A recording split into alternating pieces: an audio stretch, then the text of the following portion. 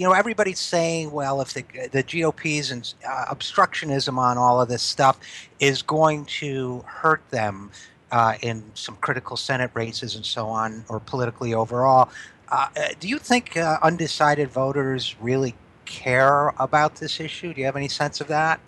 I think it's hard to tell right now. When we first heard that this was going to hurt the GOP, my reflexive reaction was, why? Since when has obstruction and intransigence hurt the GOP? Maybe shutting down the government was too much. But beyond that, if you think about, and I use the word nihilism calculatedly, the Hmm. notion that the best government is no government has not really been a costly proposition. And so the idea that this is too much obstruction, it's not clear. It's also not clear that the court is something that people vote on. People vote on their wallets, they vote on safety, but the court is pretty attenuated, even for Republican voters who do care about the court far more than Democrats do. But all that said, I think it's really a fascinating question to see what's going to happen in June when we have a slew of big ticket cases come down, right? Abortion, affirmative action, the whole list I went through before. One person, one vote. This would have been the biggest term of of my adult Right. lifetime.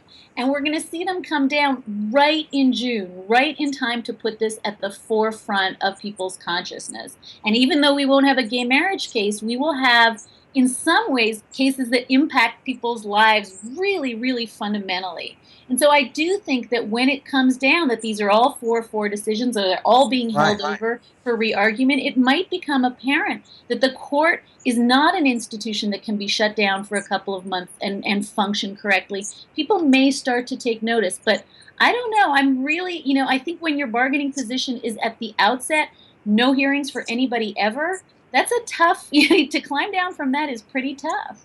Yeah, I agree with everything you've said. It'll be interesting to see how those 4-4 decisions affect everything. I'm amazed that Democrats aren't more passionate, engaged with the issue of the Supreme Court.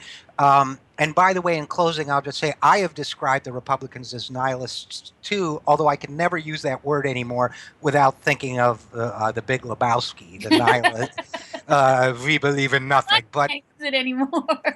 but anyway,